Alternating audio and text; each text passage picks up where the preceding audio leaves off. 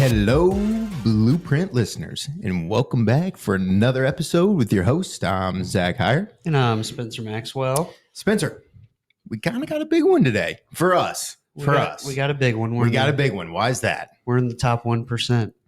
This is episode 21. Episode number 21. So We have arrived. 99% of podcasts like to fail by episode 20, Which, or even before that. Which we've kind of figured out why. It gets tough. Yeah, it gets tough. But it gets easy when you have great guests. That is absolutely right. Such as Andrew Banks. Today we have Andrew Banks. He's the owner of Performance Wraps. Great guy. Went to Miamisburg, born and raised, and just an entrepreneur at heart. Andrew, how's it going, man? It's going well. I'm honored to be your 21st.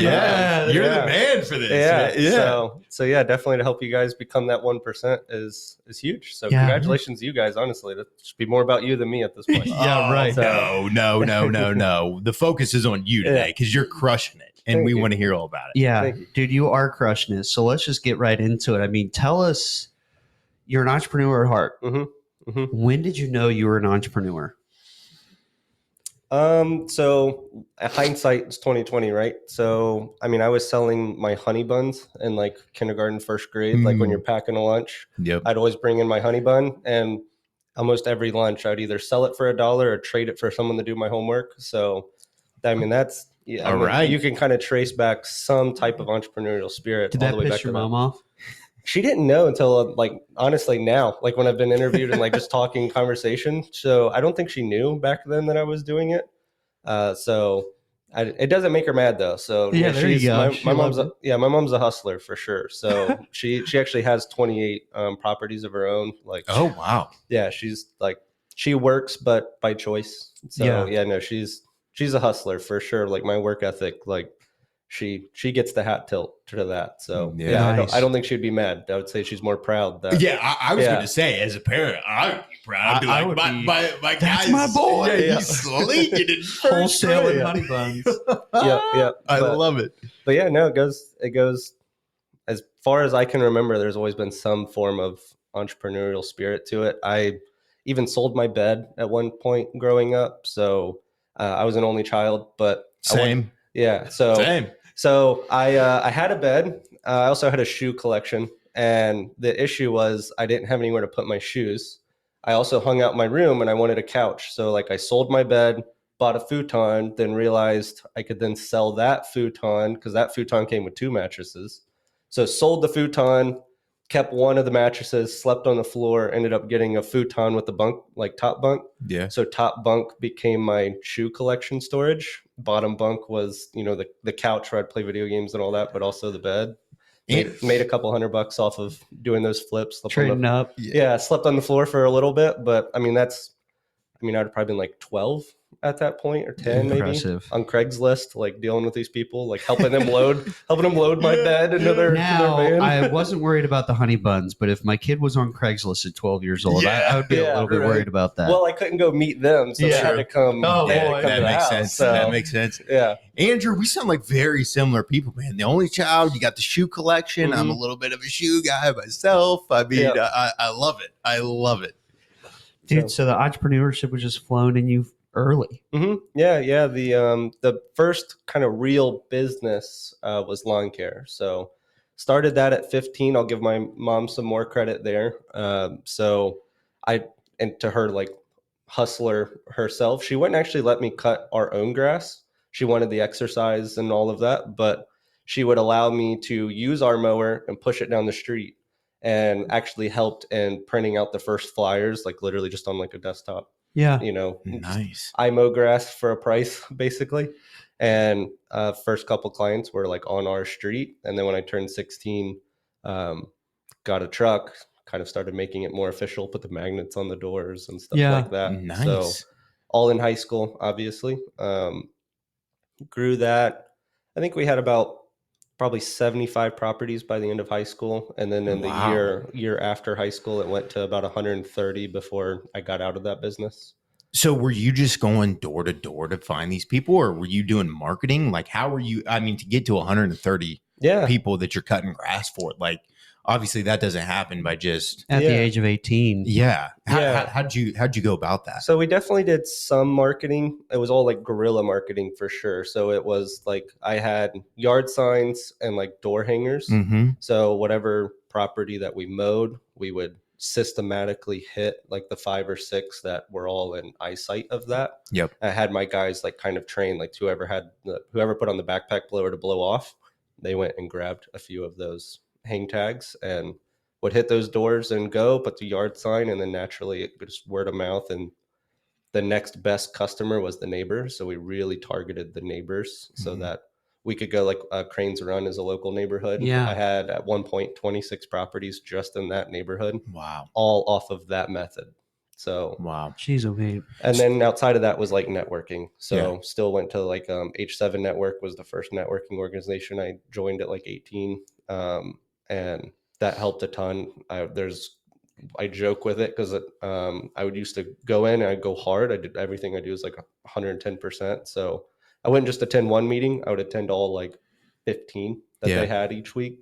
Jeez, okay. Get flooded with referrals and literally have to disappear for 3 months because like I got so overwhelmed with Yeah. inbound that I had to like service what we sold, Yeah. build the team and systems and all of that. So from just by hearing the way that you're talking about it, it sounds like this was not just a you thing. You had employees. Mhm.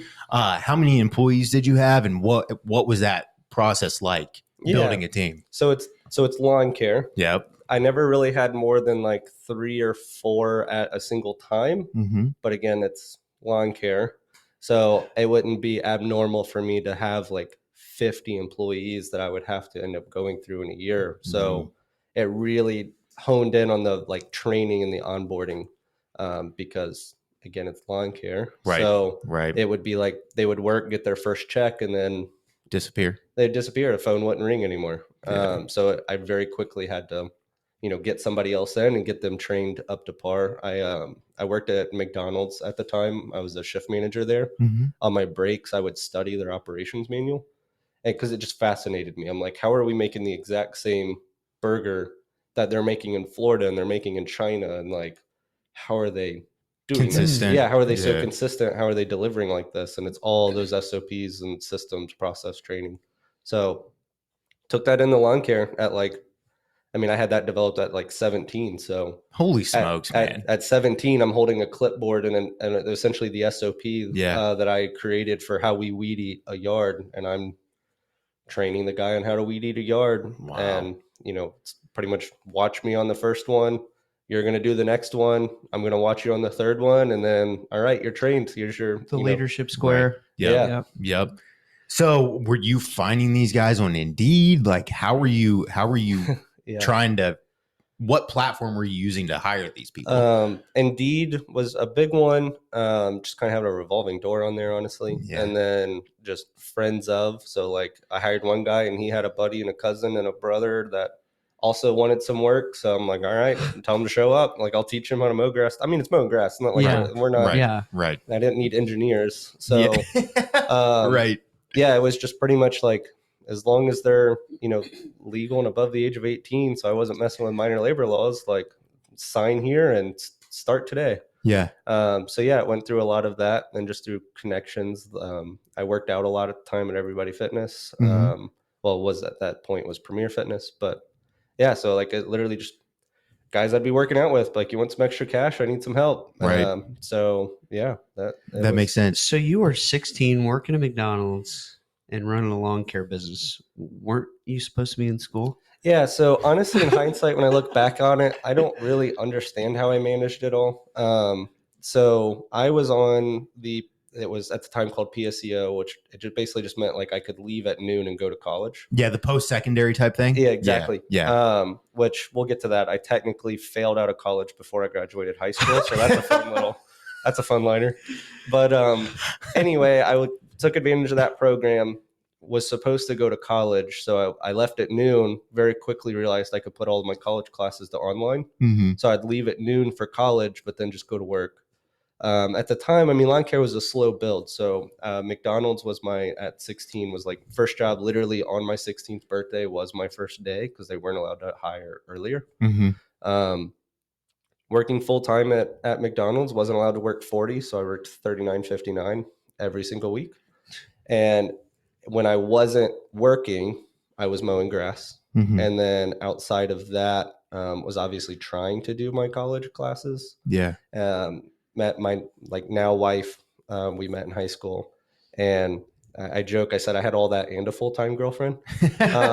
So it was a lot. So I was managing like 15 credit hours, failing 15 credit hours, mowing grass full time, or in the time that I could, working full time, and just hustling pretty much. So you failed college. Did you ever go back? No. Yeah. I haven't So been no back college yet. degree.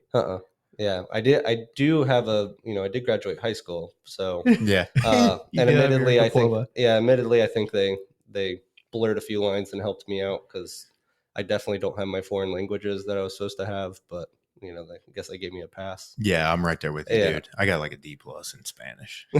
Spanish is not my thing. Yeah, that's what I tried to take. I failed out, but they also I'll give my counselors and stuff credit. I mean, they saw the big picture. So yes, at 17, 18, I failed out of college, but I was also already a shift manager at McDonald's. There was already a salary manager position on the table. So McDonald's was offering me a $50,000 a year position at 17. At 17, they were like, you just need to turn 18 and show us a diploma, and you're a salary manager. Oh, wow. At 18, $50,000 is a lot of money. It's huge. I was 20 making that at my other job, and I was like, oh, wow. Yeah. Right. Yeah. And they also knew I had the lawn care stuff too. So that's, again, like I said, I think they blurred a few lines because they knew me, so they're like, you were also a good kid. And credit to them of exactly what you said, seeing the whole picture. Yeah. Right. And realizing this isn't just a bum that's dropping out. Right. This is a guy that's being very, very productive. Yeah.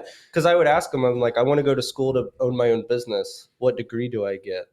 And in hindsight, there isn't one. Right. You just do it. Yeah. School is called real world. Yeah, exactly. So, and that's when I was going to Sinclair. That's what I would ask the counselors. And they're like, oh, probably business administration is what you need. And they're teaching me how to make a resume. It's to the point, credit to that teacher. I don't remember her name at this point, but the class, the thing we were learning was how to build a resume. Mm-hmm. She knew the whole picture too.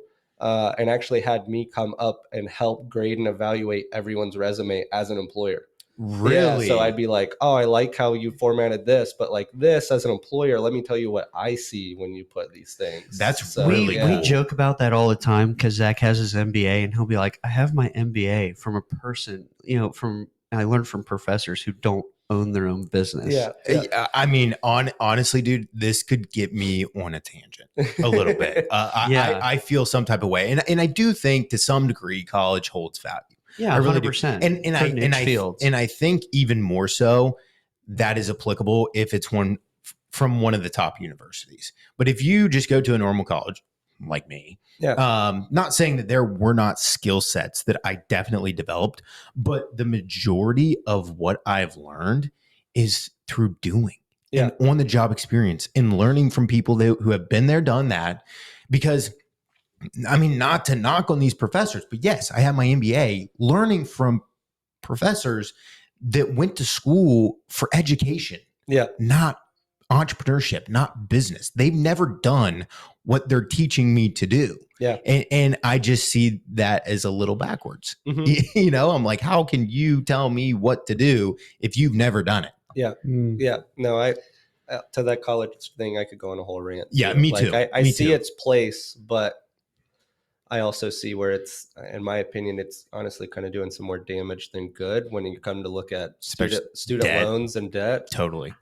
Someone at 18 shouldn't go into, $50,000 to $150,000 worth of debt, because at 18 you don't understand the concept. You can't comprehend. Yeah, you can't comprehend. You haven't even paid rent yet, literally, and you're going in debt that could buy a house. Yeah. Yes. Mm-hmm. And you don't realize what a $500, $600, $700 a month student loan payment actually means. It's just go another year, go party, go have fun, travel abroad. Sure. Sign me up. Exactly. I can finance it. Yep. And having no understanding of what the repercussions really are. Then when you add in that bankruptcy doesn't even resolve it and stuff like that. So it's, a nightmare. I try to see the whole picture. So like, I do too. Imagine if we lived in a world though, where everyone before the age of 30 was economically like good, financially good, retired, like our economy would crash because there wouldn't be enough people in the workforce. So it's like, certainly. I see the whole like kind of global picture of it. I definitely wish it was different, but I'm also, probably not the one to say, hey, how should we restructure our entire, economic and national plan? So I'm not going to sit here and run for office and act like I know the ansers, but like, you definitely have your opinions. Yeah, something's not right. And I oh my goodness, I could not agree more with that. And then I also think, to a certain degree, that the corporate America and the workforce, to some degree, is just like something's off with that too. You work your 9 to 5, you literally spend your whole life going to this job from the time that you're 25 to 65. Yeah. And then you barely have enough money at retirement. And you're probably going to have to go get another part-time job to supplement your retirement income that you worked so long for. And, I don't know. I just feel some type of way about the whole system. And now that one, I'm a firm believer, again, from watching my mom growing up, that it actually doesn't matter how much you make. It matters how you manage it. So growing up, and like I said, I told you my mom's good now. She's like saved her money. She's reinvested it. Like good.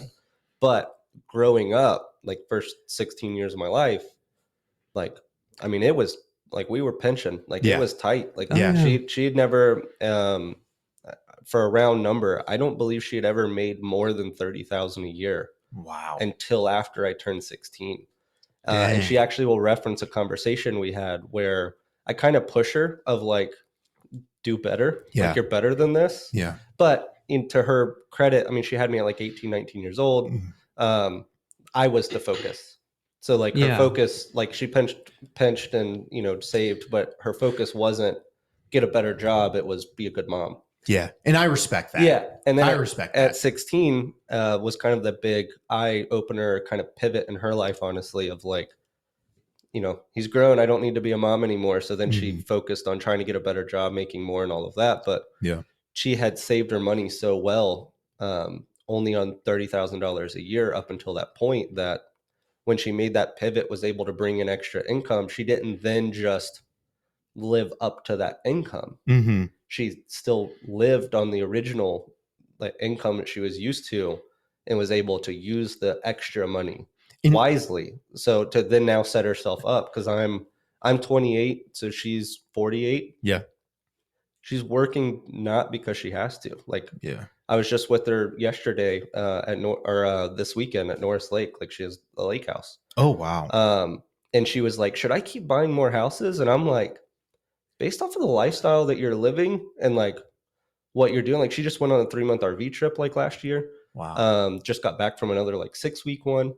And talking to her of like her money and stuff, like she's good. I'm like, I don't, there's trillions of dollars in the market. I don't think you need to have it all, but based off of the life that you're living and where you're at, I don't think you need to manage more. Just pay off what you have and you're good. Like you won the game. Right. So you obviously at the age of 16 and 17 and 18, everybody, including your counselors, are seeing your work ethic. And you accredit that to your mom. What specifically, kind of like drew you to that level of work ethic from watching your mother? Like how did that translate? What did you pull most from what you saw? Yeah, so I think there's some translate, and then there's some like she wouldn't let you be lazy. So there is some actual discipline and parenting there of like, if I wanted to be a lump on the log, that wouldn't have, like, that just wasn't the culture in the house. Like that wasn't going to fly. So that definitely helped. But then just in watching her, like she had work all day and she had like factory jobs, like this is blue collar jobs. It's not like she wasn't an accountant. So like she worked hard and then came home and like would mow the grass and then like take care of the house. And then like we'd be watching TV in the evening and she's like lifting dumbbells, like getting her workout in the living room floor. So like she was an animal. She just did not stop. Like work ethic wise, she was always. So you caught hustling. it, yeah. Oh, yeah. Yeah, no, totally. I caught it for sure. Caught, 100%. Yeah. Oh man, that's great. So back to the lawn care business. you said you stepped out of that at what age? So I would say I believe it was 18, 19. So and about then 3 years in. Yeah, and I can get into the story of how it transitioned from lawn care to performance wraps, and then that'll kind of make a little bit more sense of how it's a little foggy, honestly, of Yeah. like remembering exactly like at Yeah. what age, at what month, kind of things like that. Real quick, Yeah, go real for it. quick on the lawn care. I Mhm. was wanting to talk about this earlier, but just super quick. I know of, somebody that is possibly looking at starting their own lawn care company. So questions or any advice that you have to somebody that may be looking to start their own lawn care company, is there any things that they should do, should not do? And also a big one is, what do you do in the winter months when, there's no lawns to mow? Yeah, so I can speak on what value it brought to me and what to do there, I guess. Totally. Honestly, it's not a good business. Don't get into it, is what I would say off the surface. Okay. But at 15, 16, 17, like what else are you going to start? And obviously now there's this whole digital realm of the world that that wasn't really around 10 years ago. So that was where I was at. I was like, what business can I start? Because I don't have a ton of options, and I wasn't like super tech savvy, so I didn't understand the internet. Lawn care will teach you a lot, but it won't, until you get to like where you're doing millions a year, it's not going to put any money in your pocket. Makes sense. The margins aren't there. All the margins are Plus all the equipment terrible. is so expensive. I mean, a mower's like over 10 grand now. Yeah, the equipment's expensive. The employees have to be one of the toughest employees possible to like keep of any industry. Yeah. And then it doesn't help that like your consumer, like who you're selling to, could go buy a $200 mower, which is a third or less of what they're going to end up paying you for the year, and just do it themselves. Right. So, which, you're going to have that in any market. If there's going to be a little bit of that, but from a homeowner standpoint, like that's a pretty easy task. Right. So yeah, no, it's tough. Margins suck. Employees are incredibly difficult to keep. With the margin being so bad, I mean, you have to grow a massive thing. Like we have lawn care customers now at Performance Wraps, and they're doing well, but I also know they're doing well at this point because they've broke $1 million. They're doing millions a year. They have 30 people. Yeah. Now it probably starts making a little bit of sense, but it's a very tough and very tough industry to get into, and it's very crowded. I mean, everyone has a brother or cousin that does lawn care. Yeah. So, and not to mention, not to mention on top of that, it's seasonal, right? So it's like from March to like October, November, maybe. Yep. So I mean, April 1st to pretty much Thanksgiving was it, and then from October and November, you're only down to 1 or 2 cuts a month, so it's not even weekly consistent business anymore. For sure. So what were you doing in the off season, or were you just doing it as a summer business? Working at McDonald's. Yeah. Okay. Okay. I had McDonald's I was working at, and then after high school, so I had like a kind of a three-way fork in the road. Once I graduated high school, was do I try to go back to college, which that one was out of the three was like definitely the lowest of the options. But do I actually go to college and focus and get this degree? Do I accept McDonald's offer and become a salary manager, or do I focus on this lawn care business at that point was kind of starving for my attention? It got to the point where if you just made a pros and cons list, like I was losing money going to work at McDonald's because I'd already maxed out my open availability to mow grass. So now at this point, the cap was me. Like I needed to put more time and focus into it. Yep. So I did the logical thing and, dropped out of college or avoided college, quit my job and went full into this lawn care thing. Yeah. At that point, my winters, because I didn't have McDonald's anymore. For a winter, I went and sold gym memberships at the gym I said I was at all the time. So, okay. I sold gym memberships there. Did a little courier route at that point as well. That was kind of another side hustle of before they went digital, they needed someone to drive to all locations in the middle of the night, pick up physical contracts and payments and take it to their main office. It was like 5 hours a night. So that kind of helped me get by there for a minute because I would live on that and then reinvest everything I made on lawn care to just keep doubling down, trying to get it bigger.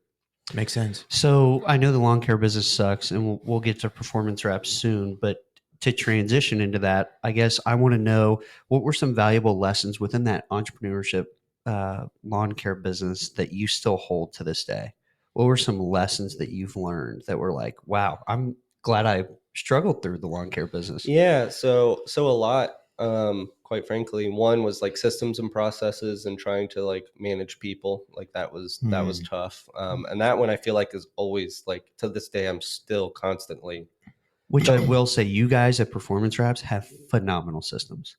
We try to. Yeah. Like the best. Like anyway, I could brag about that all day. You continue, sorry. But yeah, so the question of being like, what did I get out of lawn care? Quite frankly, that is the benefit. So to your question earlier of like, you have a buddy that wants to start lawn care. Yeah. It will teach him a ton, but he'll make nothing. So like, as long as he's willing to trade that time for education, kind of the real world MBA, as you will. Yeah. Very valuable, but that's not realistically is not going to be his retirement plan. That makes sense. So lawn care taught me on that. And also like, you don't know how to run a business until you're running a business with no money. Like when you have no money and you're running a business, everything matters. Right. Everything counts. There's no room for error. Yep. You mess something up, like you're not eating. Yeah, exactly. You're not eating or you're not making payroll. Like right. There's some like lawn care is tough and teach you a lot on that, just kind of that grit. And then ultimately just this kind of might've just been to my core, but lawn care really helped of just the, just make things right. So like if a customer complains about a blade of grass, how do you handle it? Do you flip them the bird and tell them to kick rocks, or like, do you go back out there and fix that blade of grass? And within reason, I mean, every year there was customers I had to fire because just like, it's like, okay, you're crazy obnoxious for this $25 cut. Like this is ridiculous. Yeah. Or you're just at this point, because it's lawn care, some customers are just straight disrespectful because you're a low level help. You're less than. Yeah. So it'll teach you a lot about that, dealing with customers, but then also, under like even to my like kind of core culture at Performance Wraps now is I joke with, and I don't know if I'm allowed to say the word, but I joke with Nicole. I say the fine print's for the assholes. Yeah. Like, if they're nice, make it right. Yeah. Like they're, we're all people here. Like as long as they're treating you with respect as a person, help them. If not, tell them to kick rocks, get out of the building, and you'll have my support. I'll kick them out of the building for you. She's really sweet. Yeah. And then we'll talk and be like, okay, what actually happened? But understand you have that power and you have my backing of like, if you feel like you've been disrespected that bad, kick them out. I don't care who it is. And then we'll have the conversation of what happened. I love that saying. Kick rocks? No, fine prints for the. That's great. So that's kind of always been, and I kind of learned from lawn care, like if someone had a complaint with their yard, but they treated me with respect as a human and like I can make it right for them. It made it easier for sure. Yeah. No, we made it right. And sometimes you just have to call them on it. There's been customers that I've called a dick. Yeah. Like I'm here trying to help you and you're treating me like disrespectfully. You're being a dick, dude. Yeah. And to this day, they're like one of our top Facebook fans and stuff like that. So like sometimes you just got to call them out. But like after you call them out, they're still, being some type of way, which I learned from the lawn care days. Cause I mean, Business owners, do you know the value of creating a strong brand and realize social media is one of the best ways to do it, but don't have the time to stay consistent or know where to start? Do you need a modern website or an eye-catching logo? You only get one first impression and you've got to make it count. No matter if you're looking for a website, a logo package, or if you need a professional to craft and implement a custom social media strategy to create a recognizable brand and drive sales, the Z&T agency has got you covered. Odds are you've probably been thinking about these things to some degree, but didn't know a solution. Or maybe this is all new to you and you're interested in hearing more. Either way, we'd love to talk to you. Reach out to zach.hire@theztagency.com to book your consultation call today. You don't get the respect as a business owner as you probably deserve in the lawn care industry, quite frankly. Yeah. You get respect from some. Typically it's someone that's in another industry that used to do lawn care back in their high school days. I hear get a or lot understands of those. the struggle in some aspect. So you'll get respect from those, but some of those customers that pay for lawn care that went to college, got a good job, have the whole story, never really had to struggle for anything. They don't understand. They just see them as less than. For sure. A status thing. That's my nitpick. I think everybody should be a server and a bartender and learn to appreciate that service and go through that and see that side. Yeah. So yeah, that's good. So you brought those lessons then to performance wraps. Tell us about that transition. And sorry, this is taking a while. We're finally to the main thing of why we're bringing you on here. No, it's great. We asked about your entrepreneurship journey. Yeah. It's a part of it. Huge part. So the transition to performance wraps was less than desirable. It was a nightmare, quite frankly. It was one of those, looking back at it outside of just the lessons and stuff it taught me, I would never want to do it again. Like that start was just dreadful. And, and I'll get into it now. So lawn care was good. Like 130 properties, all system, like automated. Yeah. Like we even had the app, like, oh, wow. Yeah. So we had not our own app, but we had like a CRM app that we were running. Shout out to Jobber, was the name of it. And the way that worked is like, pretty much every morning, I just took the list. They were cutting, give or take 30 properties or so a day. Every morning I'd get up and I would just, with their little route manager, would just make sure it's in the most effective route. And they would go do their thing. They would show up, they'd clock in. It was all like, ping me at a clock in app as well. That would like ping me when people are clocked in. So I knew they showed up on time. Mm-hmm. They all had the app. They knew their list. As they went through their list, they would just check mark like done, done, done, done. Nice. So it was running. I could just kind of monitor it every now and then, depending on, say it was a new customer or whatever reason I felt like every like one a day or so, I would just go spot check just to make sure they're good. But it was running and we were just cutting grass. I niched down to just like we mulch in April, March and April, and we cut grass.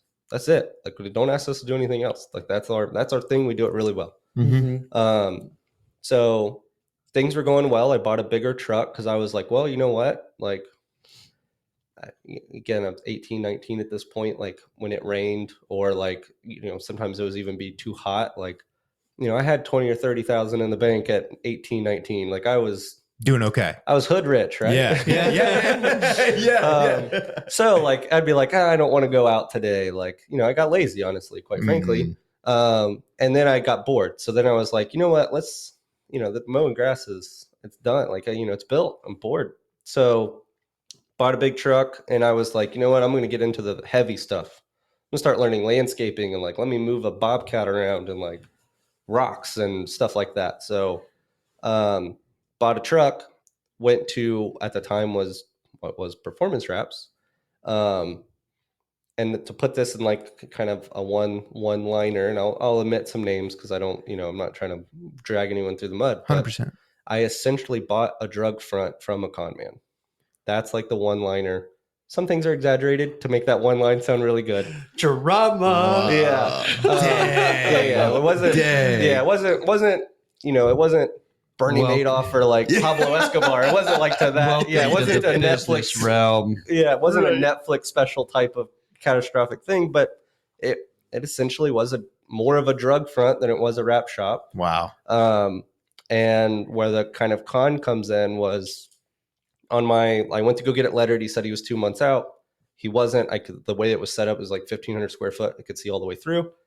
Told him I'd volunteer the next rain day and just help him. And then I'll pay you full price as long as you teach me enough to letter my own truck. Mm-hmm. And I'll do all the work on my own truck. I'll pay you full prices if you did it. And I'll volunteer 8 hours of my time to like help you for that day, as long as I learned something to letter my own truck. Yep. Because I wasn't going to take no for an answer. And again, I wasn't super tech savvy really at that point. So I didn't think like I should just go to the next wrap shop and like, find someone else that could get me in that week or next week or whatever. Right. So in that 8 hour day, pretty much convinced me into buying the business and seller financing it. So again, hood rich, got that 20, 30,000, pretty much put it all on red and, threw that down to buy the business, seller finance out the other half of it. And then from there, this was like Google contracts were new, or Google Docs, I should say. Google Docs was new. I didn't really know about the editable feature and all of that. So our lawyer was going back and forth. We're in like the 6th revision of the contract. And he changed basically 7 words that changed my life. Was in the 10% per year interest that I was going to pay. He changed per year to per month. Huge. That's like thousands of dollars a month of difference. Yeah. And then the other one was in the, we were keeping him on as a sales rep, a commission sales rep. He changed that all prospects have to go through him. So that immediately took 20% off the top, because that was what the commission was negotiated at. Right. And then outside of that, obviously the 10% per month drastically changed that. So after the first month, he came back and he was like, you shorted me, $3,000 this month. I told him, piss off, I'll see you in court. That's a very expensive sentence that ended up costing me about $250,000. Yeah. Holy smokes. So between paying the lawyer, putting stuff on credit cards, just simply not paying stuff. Like I didn't pay taxes for like 5 years or something like that, or 3.5 years. By the time that all ended, the dust settled. It was about $250,000 worth of debt that put me in. That interim, so it was about an 18-month like legal battle. Never actually made it to court. We settled outside, but it took 18 months to get there. Like I was paying lawyers more than I was paying my rent each month. Like it was a lot. Yeah. Pretty much lost everything. And hindsight, I'm grateful I lost everything at 18, 19 years old. When I really didn't have it. Like then it was everything. So like, I mean, it was like, I was on the everything now is different compared to everything at 18. Yeah, exactly. So lost everything, like couldn't afford my apartment. So moved out of the apartment, tried to move in at home. But again, like my mom's, she's tough. Yeah.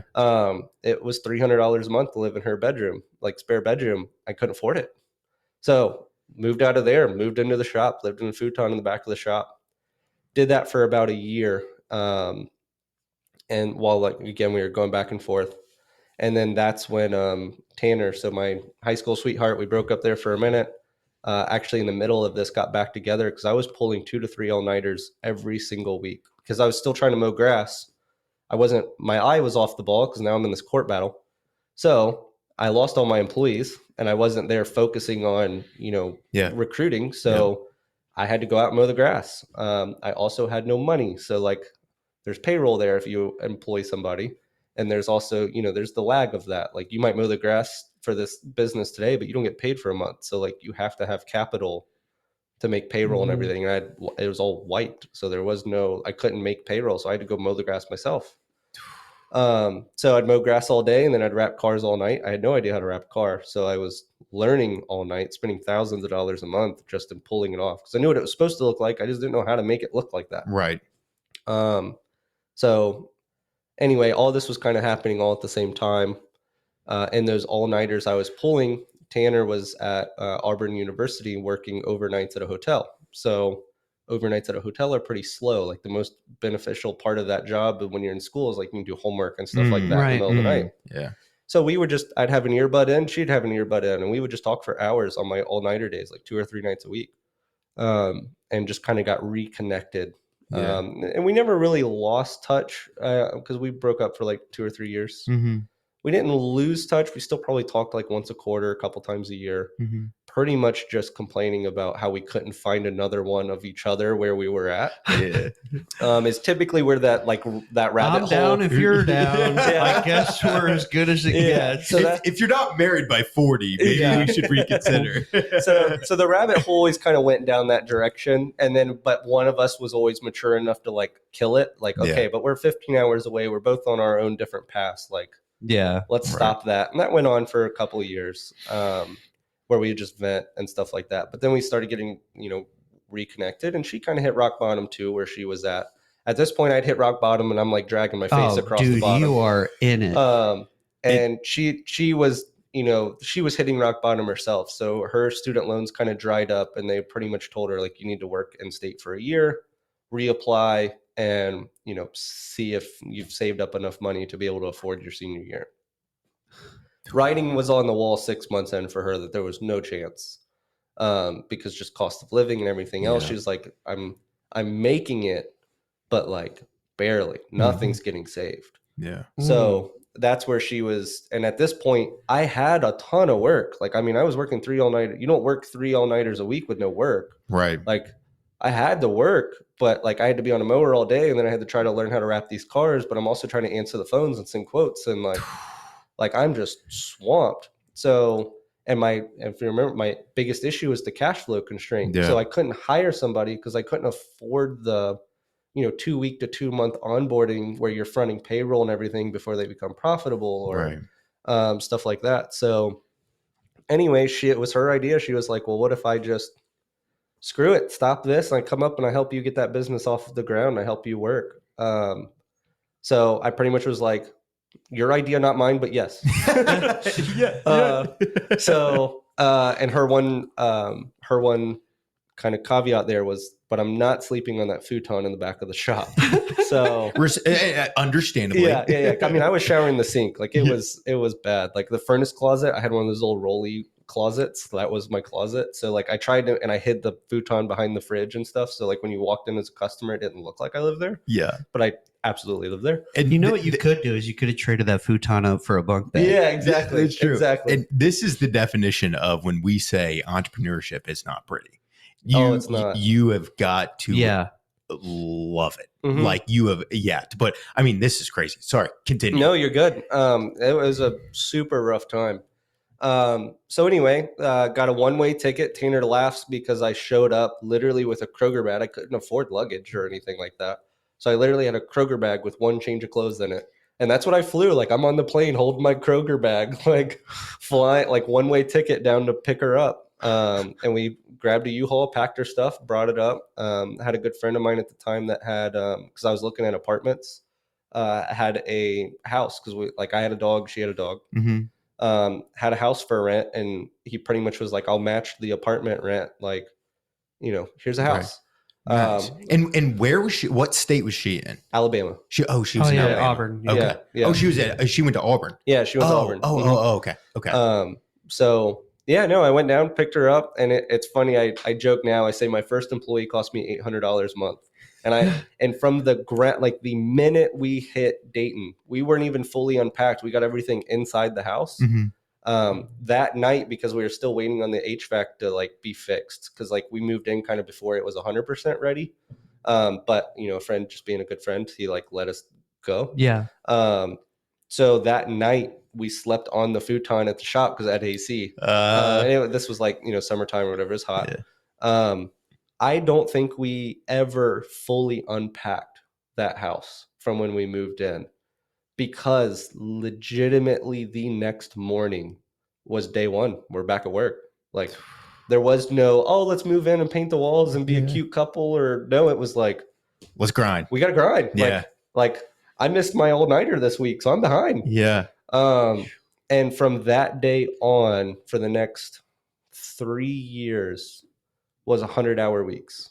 Holy smokes. 80 was the minimum. 120 was the max. Every single week for the next Christmas. Didn't matter. I remember finally getting my taxes and trying to figure out my numbers and backtracking receipts on a laptop in my in-laws dining room table on Christmas, because it was that had to get done, and this was the only time that I could sit down and do computer work, because the day after Christmas and at her time, or at that time her family lived in Alabama, we're driving back up tomorrow and we're back to work. Wow. 120 hour week. Yeah. And I mean, you can do the math. That's 4-hour naps. That's all-nighters. She was in it with me. She was pulling all-nighters every single week. Sounds like a keeper. Mm-hmm. Yeah. Oh yeah. No, she's earned it. So you see husband and wife duos, and it's she's just getting the wife check. Yeah. No, she's earned it. Yeah. She earned her half. It sure sounds like it. So how did you said you didn't know how to wrap cars. You had all these orders, and you were tearing them off. Tell us about the learning process of the wrapping. Yeah. So, it was a lot of that. So it was a lot of, and I'll shout out Justin Pate. So JP is arguably like the Michael Jordan of our industry, quite frankly, when it comes to notoriety and like skill.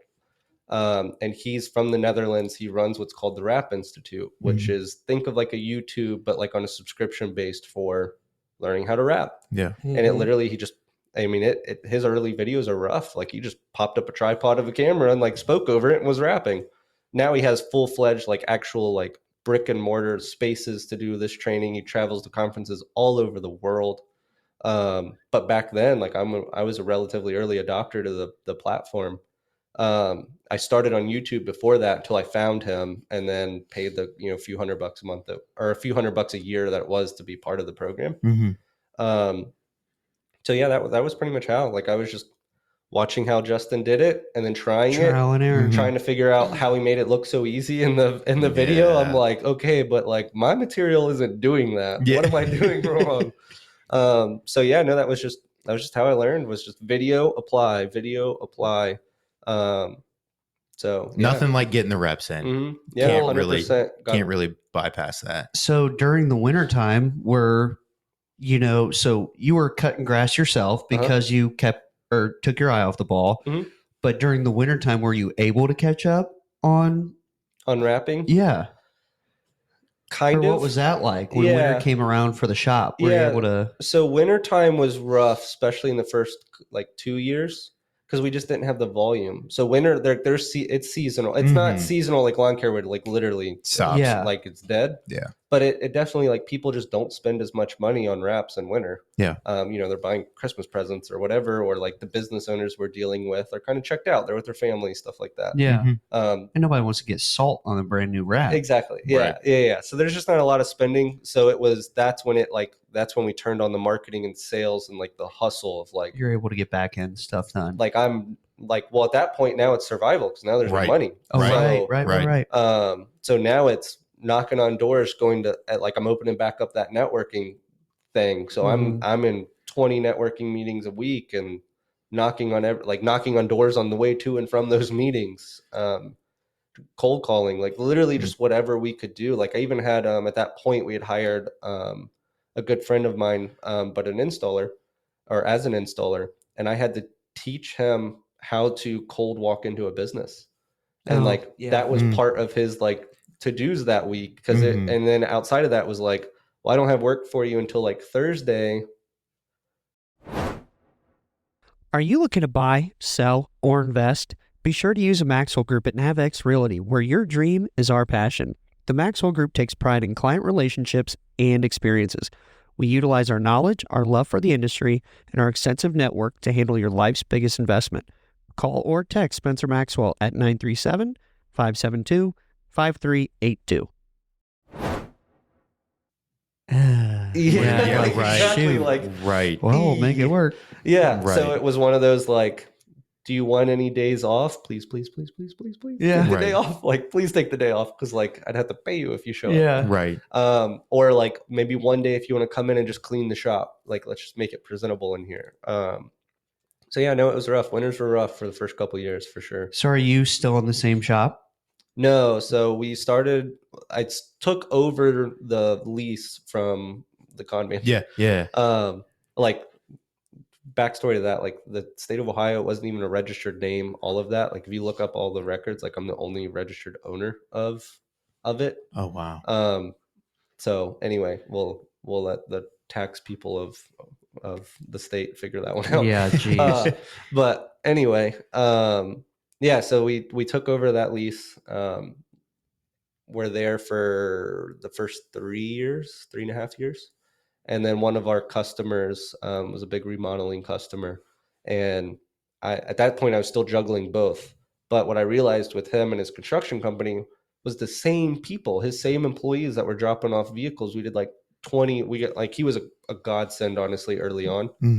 We did like 27 vehicles for them because they were in a big rebrand, and it was like kind of consistent, but they also weren't super pushy about it. So it was like when times got tight and like we had gaps, I'd like call and beg. But like, a trailer, a truck, a van, like, what do you have? Can I do something? Right. I can do it tomorrow. I'll stay up all night. I'll come to you. Like, I need something. Yeah. And then it got to the point too where I was like, okay, we're done. I was like, I'm going to be in your area. I can swing by and pick up the check. It'll be easier on you. You don't have to mail it. Yeah.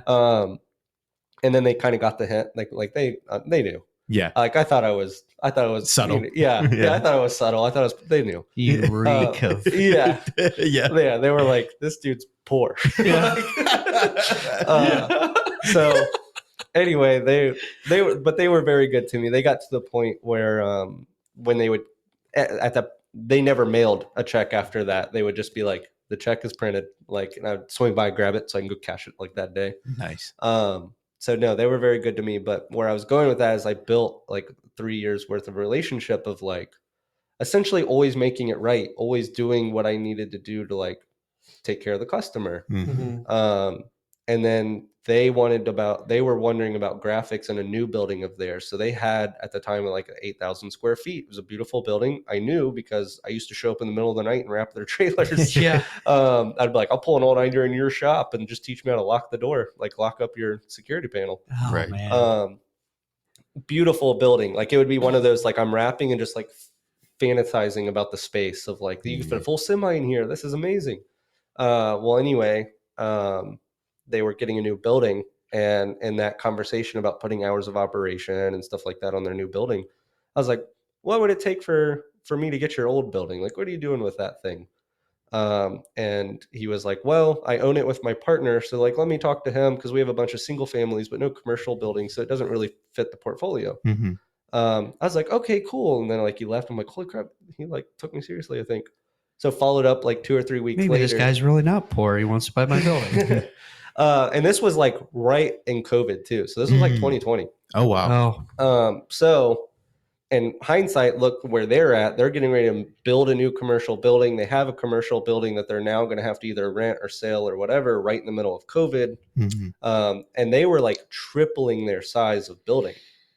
So imagine how much now they need to focus on like sales and inbound and marketing. Yeah. Like if they're going to triple their space, they need to theoretically triple their sales, right? It's kind of a perfect time for you. They probably got scared into giving you a deal. I would say less scared and more of just they didn't want the headache. Like they were just focused on all this other things that they had to focus on. So when I followed up and asked them, hey, have you talked to your partner yet? Like, you know, how'd the conversation go?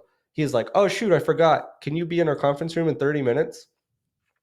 Okay, yeah, sure. Like I'm happy. Like I'm in your area of the town. Yeah, I just happen going to be over there. So anyway, on my way there, I called the friend that had rented the house out to us because he's a big investor and stuff like that. I had no idea what the building should sell for. I had no idea what the interest rate should be. I had like nothing. Yeah. Mm-hmm. So like I had a 30-minute crash course of like, what is this building worth? What can I afford? Which is more important than what is the building worth. Right. So trying to figure out like what would the down payment have to be, what the interest rate have to be, what the asking price have to be, what is my walkaway numbers and all of that. So anyway, I at least went in knowing what my walkaway number was of the conversation.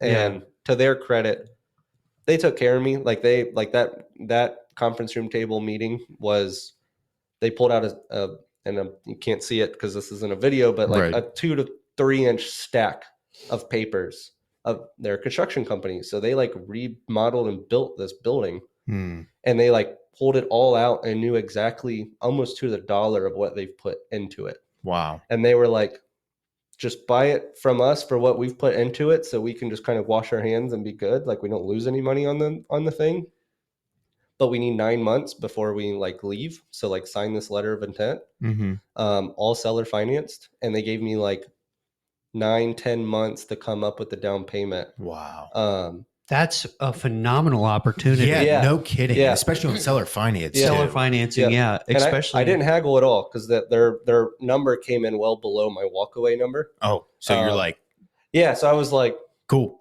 And seller financing was probably his best option because real estate shot up during COVID. Well, I was poor, so like. Right. I needed 10 months to come up with any type of down payment. Yeah.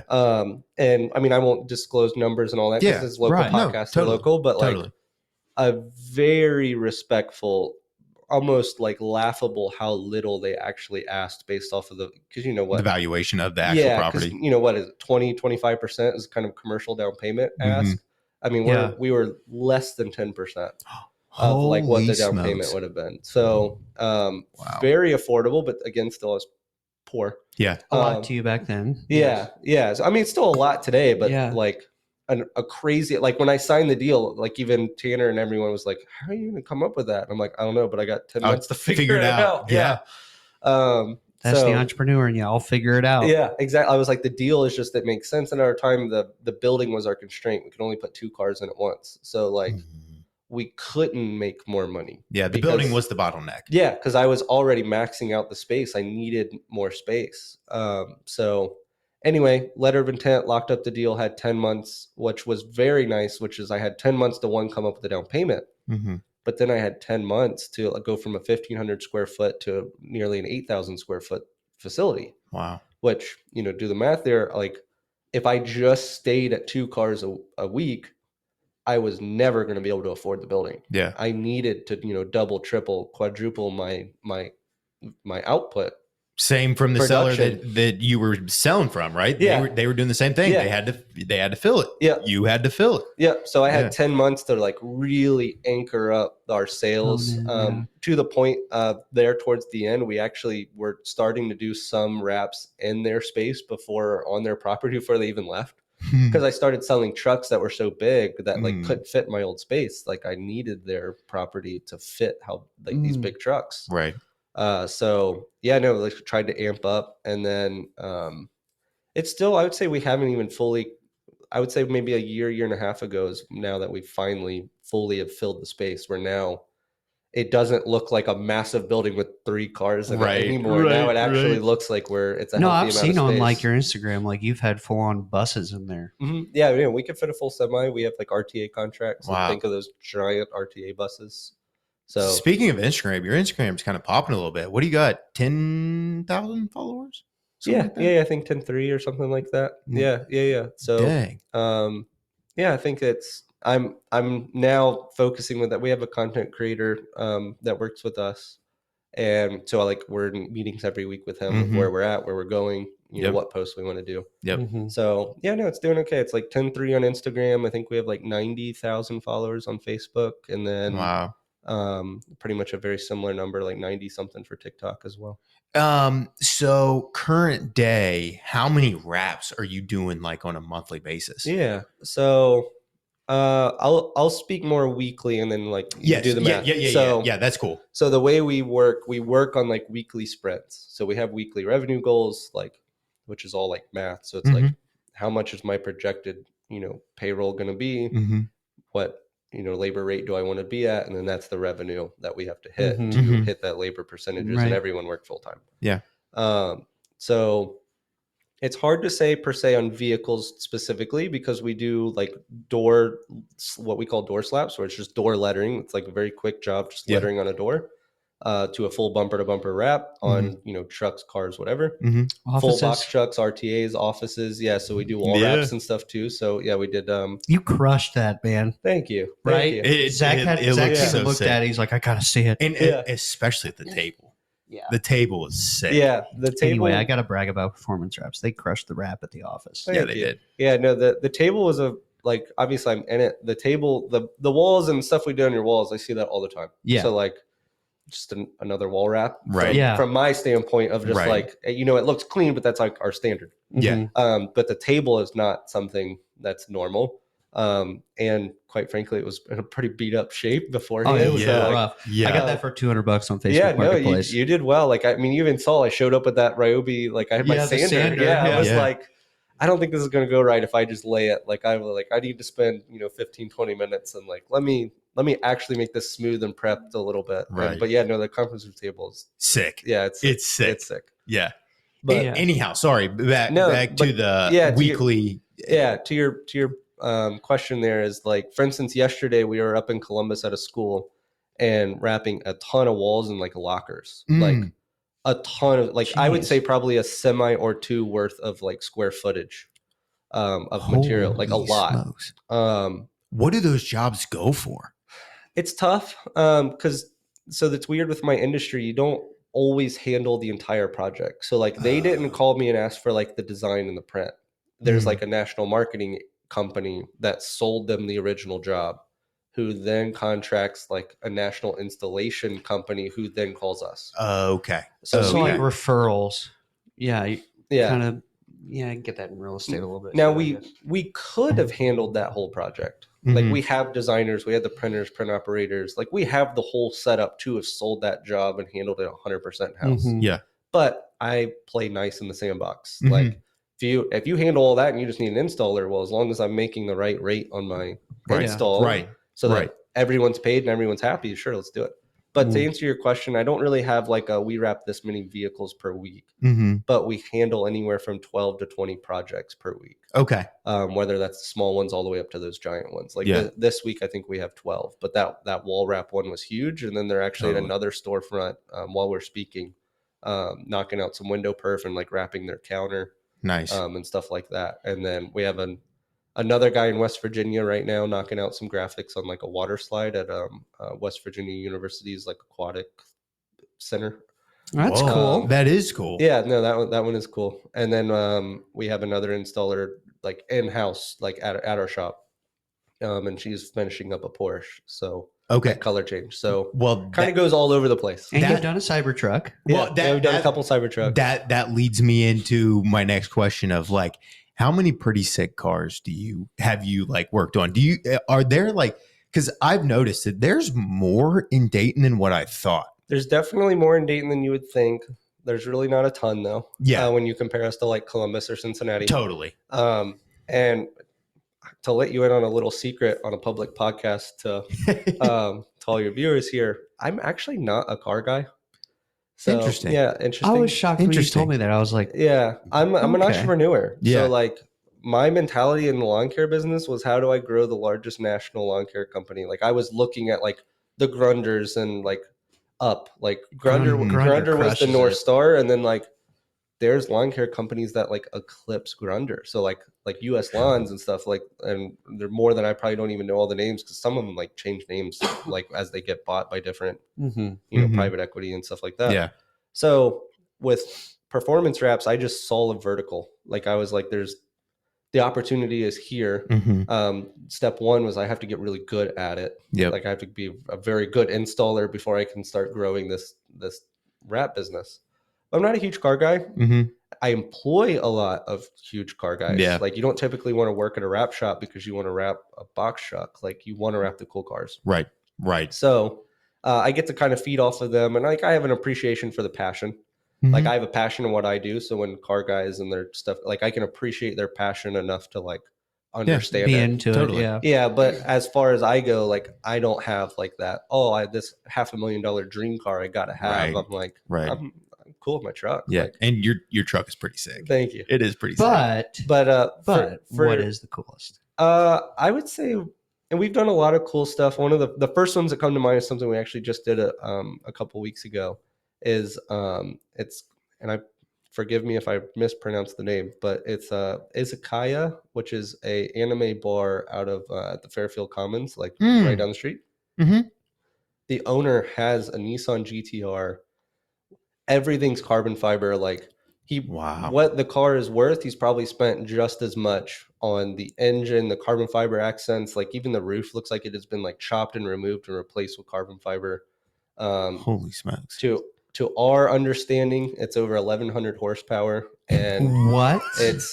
I would say it's arguably a $300,000 car. Wow. If not north of that, with just how all the mods, like you can't buy that car. Right. Like that car is that car. There is no like, oh, let me just go to a dealership and buy that car again. Like, cause you get some, cool exotics. That's like, that's a badass McLaren, but like you can go buy it. I could go buy that. Right. You can't buy this. You can't buy this GTR. That's you have to buy most unique. Yeah, you have to buy sure. that GTR to have that GTR. Wow, that's sick. So yeah, no, that one's cool. And he's doing a car show like next month that he invited us up to. So that'll be good networking. That out. Yeah. Do you get a decent amount of like Lambos and McLarens? Not really. Not over. There's not a ton. Yeah, that's the issue. Like they're just the supply. Right. There's not a ton of supercar owners in Dayton. Quite Very frankly. true. But when they do get stuff done, there's very few of us that can actually handle the project. So if there's any work being done on supercars locally, it's going to you. There's I would say 3 of us. Yeah. So it's one of us 3. So it's we know if it's happening, you have pretty good chance. We know. We got 33% shot that we're the one they're going with for sure. I think you guys are the best. And when it comes to the custom print side, it is 100% is us. Yeah. So the other 2 are more kind of the enthusiast side. They don't really do any of the commercial side. That makes sense. So when you come into that one was custom printed for anime with that bar, there was no number 2 because no one else in the area can handle that project. Right. And then I just got to ask, how many Teslas do you do? A lot. Do you? Yeah. Tesla is part of our target market. Okay. Yeah. So when we post our content and stuff, Teslas is who we go after. Yeah. Because I've noticed that they are everywhere, man. They are everywhere. Yeah. Those are fun to wrap, I'm sure. Mm-hmm. And then do you do PPF too? Not yet. Okay. So we had it for a minute, and then we lost it, and then we had to niche back down and just get really good at our one thing. Yep. And then, but it's always when we're ready to open up our next service, that 100% is going to be it. Yeah. And we have some things in the work. I hope by the end of this year, for sure, going in the next year, we should be able to open that back up. Nice. Nice. So I want to rewind a little bit because you guys were struggling. You weren't able to pay bills. You said some stuff you weren't even paying. Yeah. It's not like that stuff just disappears. Yeah. When did you start catching a break? When were you able to breathe? Yeah. The single biggest win was that building. Just being able to do more volume. So we were being able to do more volume, which means we were be able to show better numbers. And at that point, we've grown 30% top line year over year for the last 5. This will be our 5th year. We've been in business for 7. So this will be our 5th year growing 30% year over year. Nice. That looks really good on paper to show to a bank. Yeah. And then credit score was shot. I mean, if you're not paying your bills, it's pretty bad. Right. Attorney General wasn't paying taxes, so agencies that could just come and shut my door and lock it were after me essentially.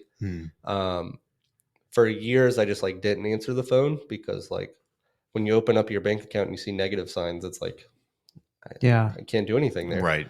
So then when we started earning a little bit more cash, getting into the new building, I didn't have negative signs anymore. I didn't have really any commas, but I didn't have negative signs yet. Yeah.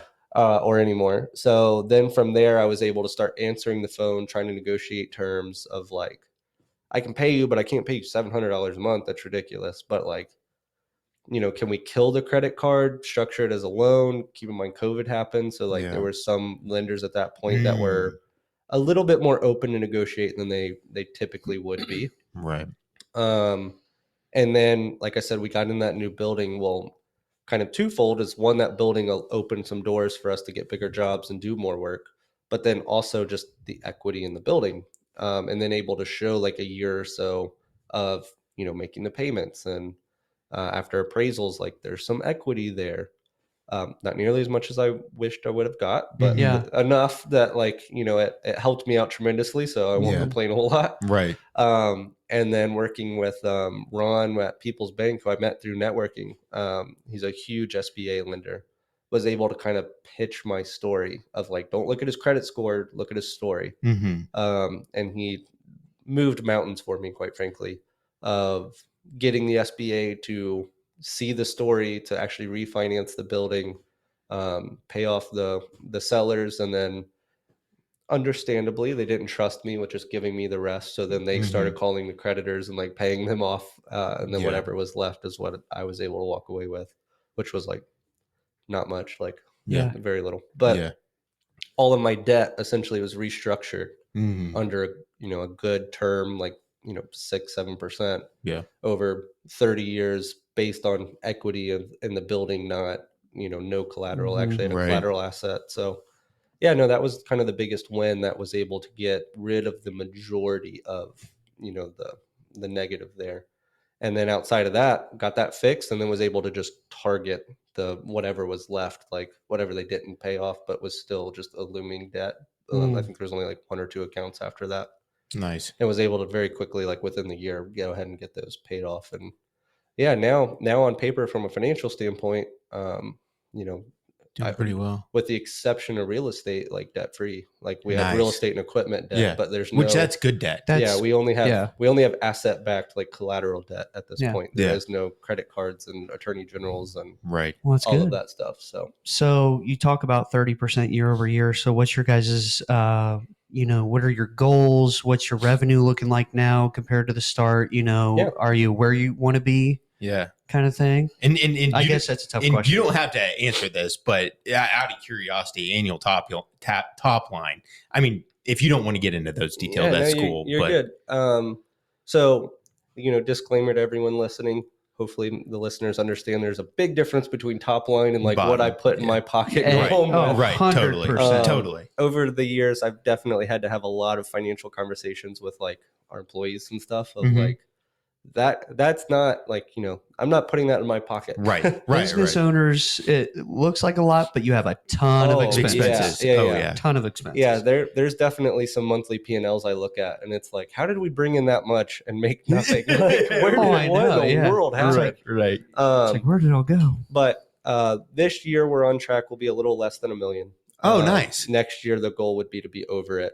Nice. Probably in the like low millions if we because every year I try to hit that 30%. And it's just like, what do I have to do to hit it? Yep. And that I've kind of been trying to monitor that too as well. Honestly, I don't want to grow too quickly because I study businesses that go out, honestly, and you hear the overwhelming amount of stories where a business grows too quick. We're kind of talking a little bit off for this of a company that grows too quick.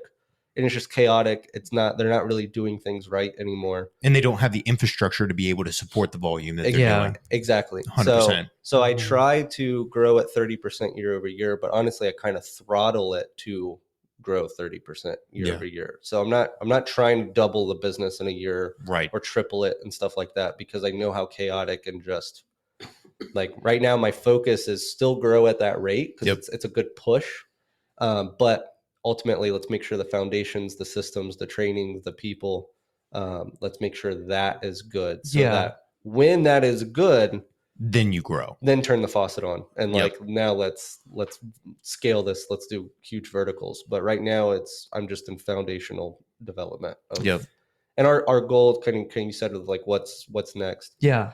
We do have large ambitions to like grow at a national level, not just local to this area. Nice. So multiple locations, different verticals within just the wrap shop. Like for instance, how I said there was companies that we work for that sell the big job and then find the local installer. Yep.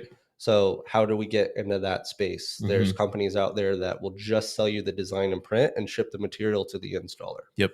Like they service the wrap community, like the wrap shops Yep. because like I have a lot of money invested in printers and designers and print operators that if you're only doing, 1 to 2 commercial wraps a week, like doesn't make sense. Yeah. You can't have full-time people and print operators and designers, like it just doesn't work. So how do I do like a fractional version of that to help wrap shops across the country? It's kind of like the goal and where we're going. And in line with that, like, shout out to ISA, the International Sign Association. So the wrap industry has always been either a cousin of, it's never been its own standalone wrap. Like it's never been its own thing. It's not its own industry. It's either a subset of the sign world or it's a subset of the aftermarket, like restyling world. It's not its thing. So I think it's its own version of marketing. Probably. Yeah. No, I would give it it's that. 100% different. Yeah. And it depends on what you do because there are people in our space that don't do the commercial side. They just wrap and they just do color change. Right. And then there are some that just do commercial and it's a little more rare. They typically do signs and try to wrap, but like they do signs very well and they wrap kind of crappy. Yeah. There's definitely some anomalies there. There's some phenomenal sign shops out there that do wraps that like I know and I've networked with and like crush it. Yeah, they crush it. But that's the anomaly. Like your typical sign shop cannot execute a wrap. That makes sense. Well, anyway, with that, ISA, the International Sign Association, had realized how quickly wraps was growing as an industry as a standalone. for this year is the first time ever there's a national rap committee. Like there's like a steering committee that's like trying to navigate the industry. They did like kind of a private invite, like mastermind at the first of last year. I think they invited like 120 of the top rap shop owners. Was that in the where country. I saw you like teaching other people how to rap at a convention or something? Different. Okay. But this one was like kind of private, and it was just the owners. It wasn't like we're going to teach you how to rap. It's rap shop owners are going to talk business. We're not going to talk, this is how we wrap a car. We're going to talk, this is how we run a rap shop. Right. And it was like a 2-3 day master class at one of those kind of, if there's a totem pole of rap shops, Metro Raps out of Miami, Florida is like top of the totem pole. Oh, Miami, Florida. Miami. And like when LeBron James, Dwayne Wade needed like stuff, like they called the owner of that shop. Like they own, I think I'm going to get the numbers wrong, but there's like 7 national, like NBA, like sports teams there. They have like 6 of them. There's like one singular, pro organization that they don't have as a customer. Wow. So this is like the top. Yeah. Like, well, anyway, I got an email from ISA, CC Justin Pate, which was that Michael Jordan of our industry guy. Yeah. And was like, hey, would you be willing to come down for this 2-day event at Metro Raps? A huge shout out to Bruno. Bruno has kind of been Bruno is the owner of Metro Raps, and he's done a few mentoring calls with me over the past 7 years. Like, wow, just reach out on Instagram, was like, can I get a phone call with you? And he would speak to me for hours about. That is awesome. That is so sick. So there's the whole saying of like, there's competition at the bottom, collaboration at the top is like a real thing. So true. So anyway, went to that mastermind out of like, I think Craig, which was with ISA, told me that there was like 100 and something shops invited. But like the invite honestly was a little wonky. It was like just an email with like Justin CC'd and said, would you be willing, or like, here's a $50 ticket to come to this workshop mastermind. Like, I don't think they knew what it was yet. It was kind of a rough beginning. That could be completely misconstrued as spam or overlooked. Exactly. So I was like, it's coming from like VP of ISA, Justin Pate, like Michael Jordan of our industry, CC'd in the email. Double checking the email, making sure that it's not exactly. You were a fanboy. Yeah, well, it was like, I'll pay $50 and fly across the country just to have dinner with those 3 guys. Right. Like, just like that dinner would be worth the few $100s that I would invest in that time. Let alone a mastermind. Yeah, exactly. Yeah. So then like the agenda like went out like pretty much as I was boarding the plane of like, this is what the event. Up until then, I was like telling my mom, my grandma, Tanner, like, I'm going across the country to Florida to meet at this shop, and apparently these guys are supposed to be there. No idea what I'm walking into, but like when those guys are in a room and it's at that shop, and like Bruno had been a mentor, I haven't met him in person yet. I was like, yeah, I'm coming. I'll show up for breakfast. Like, right. So anyway, showed up. Mastermind was awesome. It was a bunch of, business owners kind of like collaborating is what it was. Yeah. And then from there, mostly from that event, they then formed a committee, and there was 9 people selected for the committee. I was one of those 9, which is a huge honor. Are you serious? Yeah. No, it's pretty legit. Honestly. That's So sick. that happens, and just think, however many years ago you were trying to hide your futon behind the fridge, so people didn't know that you. Right. Yeah, and admittedly, wow. like that's where, as I said, and at the beginning, what I went through, if I would have knew I had to go through it in the beginning, I probably wouldn't have done it. Yeah. But in hindsight, what it taught me, honestly, about myself too, just the resiliency of knowing what I'm willing to go through to get there. Yeah. Like it's the whole saying of like, welcome you guys for being 1% of the podcast, but like if you want to be part of the 1%, you have to be willing to do what the 1% were willing to do. And more so what the 99 are not willing to do. Exactly. Yeah. So that like my journey has taught me that of just like, I'm willing to go through that. And it has been very, very rare. Again, like 1% of the time. Yes. That I talk to somebody and they have a similar story, or they're even just willing to go through a similar story to win, to achieve, to get there. Yeah. So anyway, off of a tangent there, but I'm joining that committee. Real quick, I just want to say hats off to you, man. Thank you. Like there's so much respect in that, because I'm listening to that and it's just like, you're 100% right. There are 99% of the people that are not willing to do that stuff. Yeah. And I just want to know from our side of the table, dude, hats off. Thank you. So, Thank you. Yeah, the success that you're achieving now and continuing to achieve is you've earned it. Thank you. Yeah. Thank you. Sorry not to cut you off. No. I just wanted to get that in there. Yeah, no, I appreciate it. And it also is a very nice lens when, like, 'cause we have problems. Like, I'm not going to say the business is running beautifully. Like, there's always a fire. There's something to put out. Totally. But when I put it through the framework of, like, remember when you slept on a futon and showered in the sink and lived out of the closet of your, 1,200 square foot, 1,500 square foot shop, like $250,000 in debt? Not as bad. I can solve this problem. Adversity to you looks a lot different to somebody who's a part of the 99%. Yeah. Like problems at this point, I'm just like, it's just a chess game. So like, it's like, I just need to figure out what chess move I need to make to solve this problem and get to the next battle. And honestly, that's a part of the game, man. Exactly. That's what makes it fun, right? I mean, being able to problem solve and find solutions and almost level up of like, hey, I fixed this. And, the higher you go, the problems that you were trying to fix probably 3-4 years ago seem easy, right? And, the problems that you're facing now in 3-4 years are going to seem easy. Exactly. And that's all a part of the game. Exactly. So you were selected to the committee. Yes. Yeah. Yes. And that's like very new. So we've had that one meeting last year, and then we've had like one Zoom meeting since, or 2 Zoom meetings since. In the first Zoom meeting, because I got the like request, like, would you be willing to join this committee? And I could see who was CC'd like in that request. And like, I think there was like 12 that were asked, like 9 eventually joined or whatever. And I saw the list of who was asked, and I was like, no idea what that is or what we're doing, but if those 12 people are in the room, I'm showing up. Yeah. Yep. So anyway, I joined, and then in the first meeting, they went through, they explained how they're like committees in the sign industry has been around for hundreds of years. So like they're developed. The government sees them as an industry. Yeah. Like when you go down to nitty gritty, like NASIX codes and like, getting insurance as a business, like insurance companies have to know who you are. Workers' comp, they have to understand your industry. Like there's a whole like government level layer of business that you wouldn't really think about when starting a business. Yeah. Well, anyway, the first meeting was talking about like that kind of stuff of like, what are the biggest problems in our industry and how can we solve them?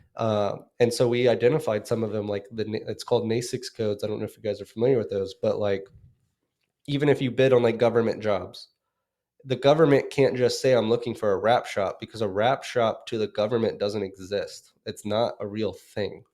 It doesn't have a numerical code to that industry. So it's like old boy who had a drug front. Yeah. So it's we have to group ourselves in like the automotive paint sector, or we have to group ourselves into like the sign manufacturing sector. Like it's like, and with those come different, like it's not us. Yeah. Right. The insurance rates are different for, like, for instance, like I'm a mix between the automotive shop, which is, those guys are like a lot of risk there. Like they're up under jacks, they're drinking oil. Like my guys just put stickers on things. Right. Or the sign manufacturers that are like cutting metal and bending it, running electrical and way up, rappelling off the side of buildings. Like the risk of my guys is not like my guys get on a 4-step ladder. Like it's a lot different. Yeah. You can't categorize it with so those. much different. So as part of the committee, like those are some of the initiatives that we're trying to change and make a global impact on our industry. That's really cool. Not just, let's make some cute flyers that, make wraps look good. Cause I didn't know what I was like, is that what this committee's going to do? Like, we're just going to look cute. Like, what are we actually doing? So that first meeting, like I talked to Craig after, I was like, my eyes are so open at like the impact we can actually make. And like, with the sign industry, like how it's already developed. So they were able to share like how the sign committees, have their made model. Impact. Yeah. Like they're able to lobby like politicians and like get stuff done to help our industry. So yeah, no, I'm super excited about that. And like I said, my my end goal is to have a national presence and like help, like obviously prosper, but help our industry as a whole. Yeah. And then on the flip side of that, so Justin Pate with the Rap Institute, again, it started with just, I mean, it was a tripod and a video. Like his videos were rough. Like he actually think he like sold some of his original DVDs not too long ago. But now they are a like global like steering kind of the like how it's installed and like the like they're actually working. One of the biggest notable things they recently have done is they're working with Ford. Wow. So Ford, right now, it's already available, I believe, in Texas and California. We're already signed up in Ohio. It just isn't open yet. You can buy your brand new Bronco. And again, I believe Texas and California are the only 2 states open right now. You can buy it, pick your 6 paint colors that you would have options of. Mm-hmm. Pick your paint color, and then you have 60 wrap color options that you pick. And it goes to the local verified wrap shop that like passes the test. And the Rap Institute is doing all the videos for like, this is how you wrap the fender and this is what it should look like. This is because obviously when you're dealing with massive billion-dollar, car companies, there needs to be a factory standard. 100%. And they're working with Ford on getting that factory standard.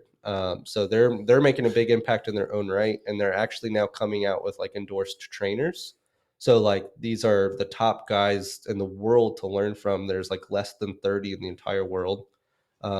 Shameless plug. I was just asked to be a part of it. Like, oh, are you serious? Yeah, so I'm one of those 30.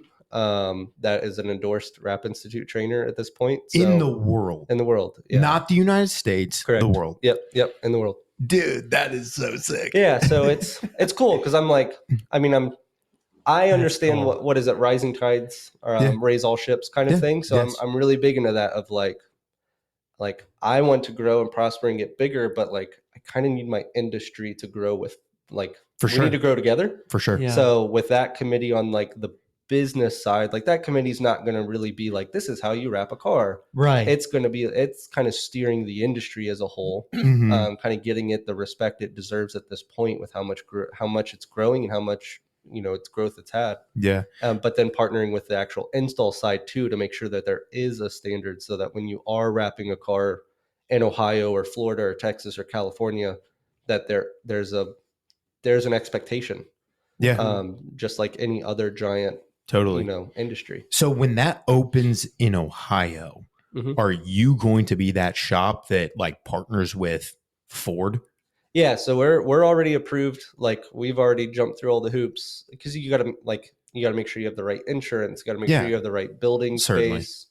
So like we've already jumped through all their qualifications to become a certified shop through them to be able to be a part of the Ford dealership program.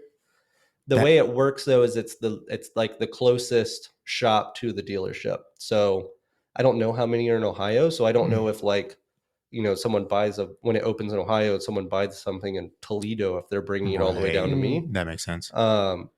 Because I don't know. But there's probably not going to be very many of them. I hope not. That was so they announced that during that mastermind class and like let us kind of ask our questions as business owners. Yeah. And up until now, kind of joining the clubs or being on the lists of wrap shops, whether it be through just different people that start something up and want to get an alliance of, certified wrap shops or whatever. It hasn't really been a super hard set. Like the achievement's been easy to get basically. Yeah. So that was a lot of our biggest things is like, so for like just knowing the problem that Ford's going to run into is there's not enough trained and certified shops to serve the demand. Yeah. Yeah. So are you guys, as the kind of people in our industry that's the gatekeeper there, like the ones who set the bar to make sure they're up to par and all of that, are you guys going to be able to handle the pressure from Ford that's going to say we need these things done, right? But there isn't the supply of good wrap shops in Wyoming or whatever. Right. So, and they're focused a lot on that of really trying to make sure, and that's where Justin's making all the videos of like, well, if the bar has to be high, well, how do we make the bar easier to So get easy by that like somebody can sure. do it. Yeah. That makes sense. watch this 12-minute video, and this is exactly how to remove that fender flare off the Bronco, and this is exactly how we wrap and we cut and we tuck.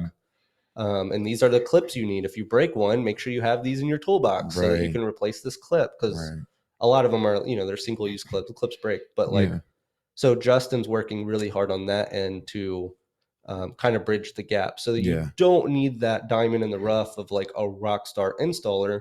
As long as they study the videos, they really understand how to wrap that Ford Bronco. So yeah, no, they're working on it for sure. Gosh, man, that's phenomenal. 1 of 30. Yeah, that is unbelievable. Yeah, and I'm sure it'll grow, but I'll keep that. I was first 30. So when there's 300, when there's 300, I was first 30. Yeah, hang your hat on that, man. And 1 of 9 for the initial committee. That's really special. And I would mark the heck out of that. Yeah, let people know. Our we go down to our next meeting is at SEMA, so I'm sure there'll be group photos and everything. Yeah, that'll be our first in-person meeting with the committee. That's really cool. Yeah. Gosh, that's so cool, man. Well, man, that was awesome. Yeah. I guess let's leave a place where people can find you. Yeah. Where can people find you if they're listening to this? Yeah. So me personally, the best one is LinkedIn. So just Andrew Banks on LinkedIn. That's definitely the best way to reach out to me personally. And then from the shop, pretty much anywhere you search, you'll find us. So, performancewraps.com and Performance Wraps on all the socials is how you find the shop. I try to, again, I'm a big foundation systems process. So if you want to reach me, LinkedIn. If you want to wrap, reach out to the shop directly. Admittedly, my systems process people that we've hired will serve you better than I will personally. So 100%. Yeah. No, for sure. And can they just DM you if they want to get a hold of the shop or can they just DM you on LinkedIn or DM you on any of the social platforms for Performance Wraps? Is that the best way? Yeah, you can DM. They'll essentially be pushed to try to just text the shop phone. Okay. So you just text the shop phone, and that's definitely the best way to get a hold of the shop. Cool. Awesome, man. Well, you got a great story. Thank you. Thanks for having me on. And again, congratulations. 1%. Thanks. Yeah. He's selfless. Yeah. Yeah, dude, Andrew, it was so fun, and it was good to get to know you a little bit too. Thank you. Kind of using the platform. So, yeah, man, thanks for coming on. Thank you, Spencer. I think that's all we got for the pod, bro. That's all we got. Cool. All right, Blueprint listeners, we'll catch you next week. Peace.